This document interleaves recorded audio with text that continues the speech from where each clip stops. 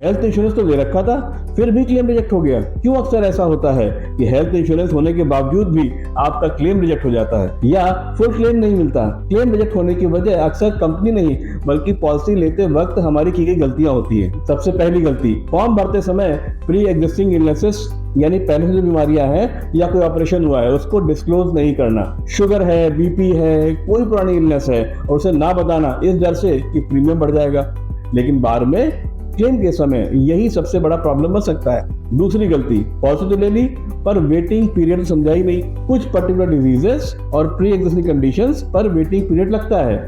आज पॉलिसी ले ली और कल क्लेम मिल जाएगा, ऐसा हर केस में नहीं होता। तीसरी गलती, सिर्फ प्रीमियम देखकर पॉलिसी खरीद लेना। सस्ती पॉलिसी लेना गलत नहीं है, बल्कि कवरेज और फीचर को समझे बिना पॉलिसी लेना जरूर गलत है। चौथी गलती, पॉलिसी तो आ गई पर पॉलिसी डॉक्यूमेंट तो कभी पढ़ा ही नहीं।